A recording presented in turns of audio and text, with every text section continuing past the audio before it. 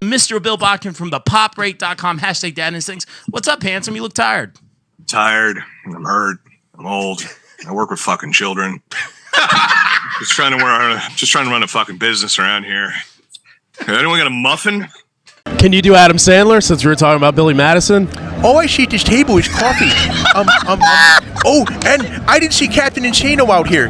Captain Insano, if you're watching, I often notice that when you're out there opening up a can of whoop ass, as you like to say, or wrestling or opening up a can of whoop ass, as you like to say, I often notice that you start sweating quite profusely. So I was wondering if you'd like the services of an experienced water boy. Arnold goes, bunch of studs out here. It's like Stud Union. Let me get something for Stud Union. Has Portnoy stopped by the shop? Have you gotten the one bite review from Portnoy or? Let me tell you something. David Portnoy. Oh, no. If you are coming to my restaurant, I'm gonna get you in the camel clutch, break you on the back. My God. He's gonna humble you. All the country away. David Portnoy. I make a best of pizza.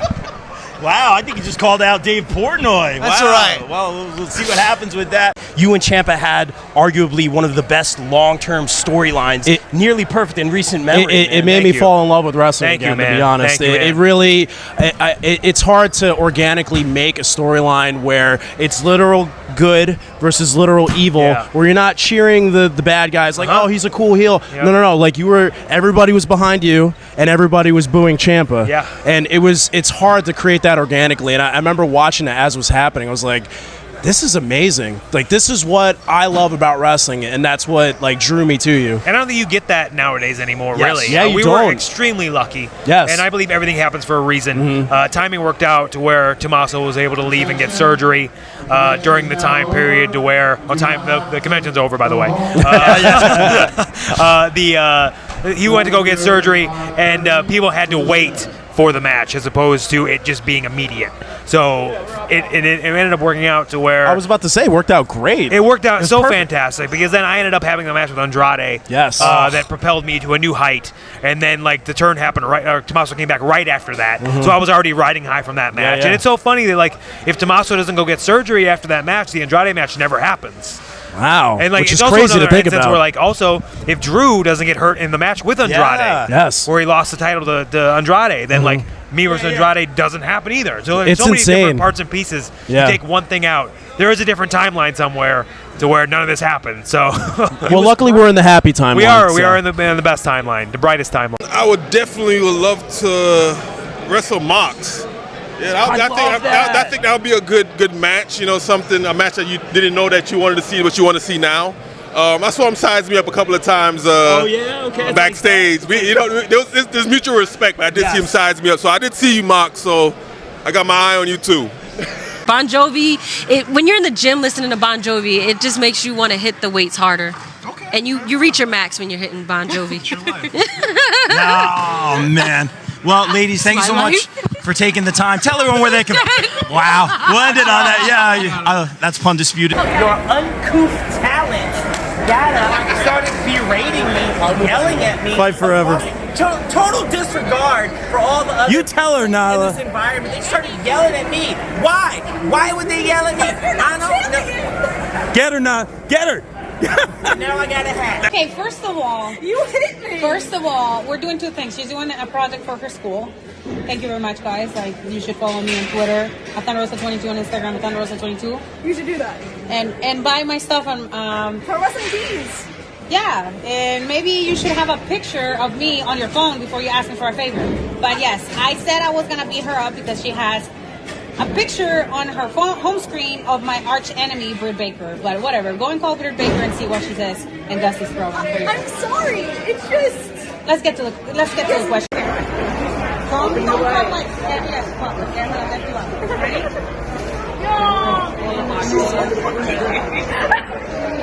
From here. That's how you do it. Yeah, Kimmy. What happens when Nyla Rose is left unattended with paint markers? CM Punk thinks he's this Terry Funk-like veteran, this old man. You know what? I don't know Terry Funk very well, but I can tell you he wouldn't have pulled that shit. Terry Funk would have taken that business and he would have handled it himself. What CM Punk did was he acted like a little boy.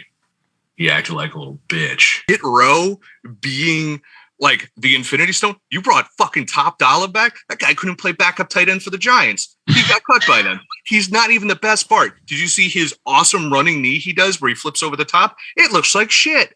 The best guy in Hit Row is in AEW. Bray Wyatt is over. People love cheering for Bray Wyatt. I love cheering for Bray Wyatt. Bray Wyatt is the monster in a monster movie. And guess what? You don't buy tickets to Halloween to see if Laurie's going to live. You buy tickets to Halloween to see if Laurie's going to die. You buy tickets to Friday the 13th to see how many people Jason is going to just decapitate.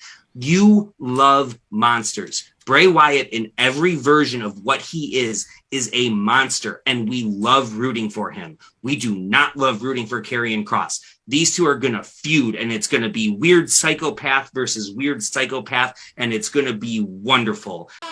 Falkenstein Wrestling Superstore. Jeff Cannonball. It just says how much fun you're having right now on the independents, working with everyone. I love working with Tommy Fierro. Tommy Fierro is great. I love his store, The Wrestling Collector. If you haven't been there, you have to, in Stockholm, New Jersey. It's amazing. And just being a part of these shows and working with Maven and Danny Morrison and you, like, you know, and like, it's been a lot of fun, you know? And you guys are like friends and family. It's amazing just to see That's your awesome. journey and ride, and Vicious Vicky and have. It's like she's amazing coming back from that injury, and we're going to see her tonight. So Very proud of her. I'm loving it. I love working with this company, and the fans are great. Being here today with all these 80s legends is amazing. So, luckily for JC Storm tonight, it's not a belt that I've ever had, but it is also a title that I am so deserving of and so ready to make everybody know at Pro Wrestling Magic who Vicious Vicky really is. Because you might love me, you might hate me, but I am royalty. I am gold. Everything that I touch turns to gold. Even you.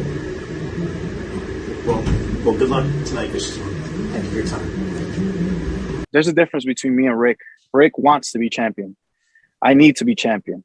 You know the difference between need and want. Like, you need to breathe air, you need to drink water, you need to eat, and instead of you wanting to eat, there's a difference. And I need to be champion just for the simple fact that I'm addicted to the limelight. This is no stranger to anybody. This is no stranger. Anybody that knows me, anyone who sees my social media, they know I'm all about the glitz and the glam. I'm addicted to the limelight. I'm addicted to the fame, what it brings, the women, the cars, the extra money, you know, the extra shows, whatever it is, extra trips. I'm addicted to all of that. And the problem is that Rick has something that I want. Mac, I'm going to smack you so goddamn hard. I'm going to make you think you tagging with Dan Math again, and it's 2006. I'm telling you, brother, I'm going to bring something out of you. I'm going to light a fire under that ass, Mac. I'm going to make you feel it. You see, you tried to give shots. You tried to give this same spotlight to men that stood next to me. You tried to give the rub to other men. And I sat there every single one of those shows for the past 2 years, and I knew you was giving it to the wrong man. Every man you stepped into that ring with, I said, they're doing it wrong. This ain't it. Maybe you can mend things with Steve. I know we talked about that earlier. Maybe you can just... I don't care about Steven. You want to know what my support system is? Look right there. That's my support system. This is the validation I need to do what I do day in and day out. For us to blend, you know, rock and roll and theater and pro wrestling in such a seamless way, it was amazing. It was truly a pinnacle of my career. Like, I've been in the WWE, I've been around the world, and like, I've never been part of anything like this. And just the way that Jeremiah and the whole crew was able to blend it so seamlessly, man, and it's hats off to them.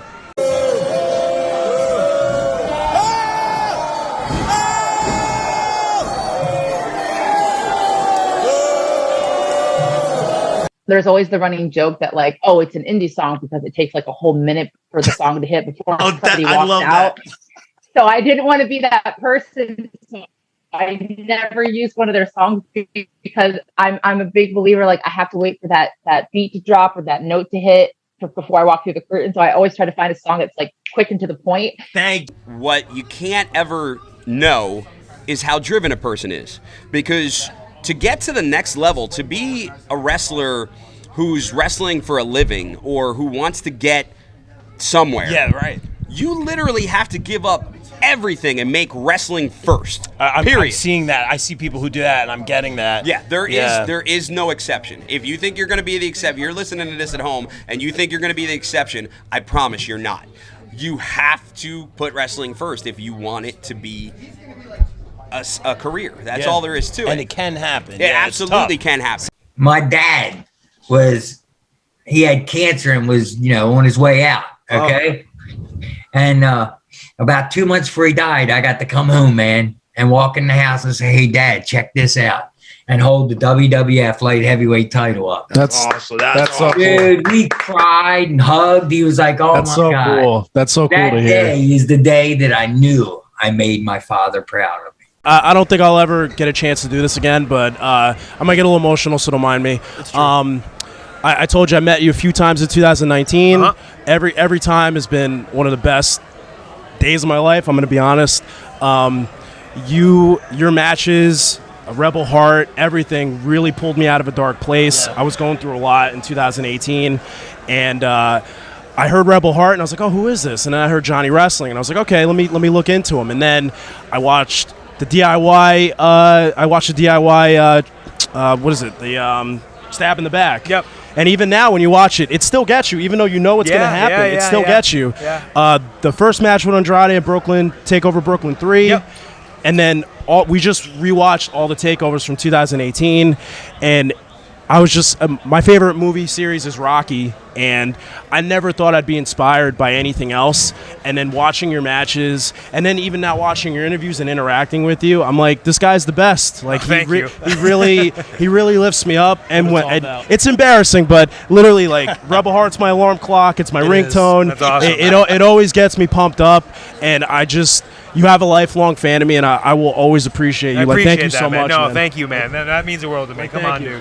That means the world to me, dude. Like, trust me. Like, those sort of things are like that. That is what, and I say this to all the young wrestlers out there. This right here is what makes all of the sacrifices and everything worth it.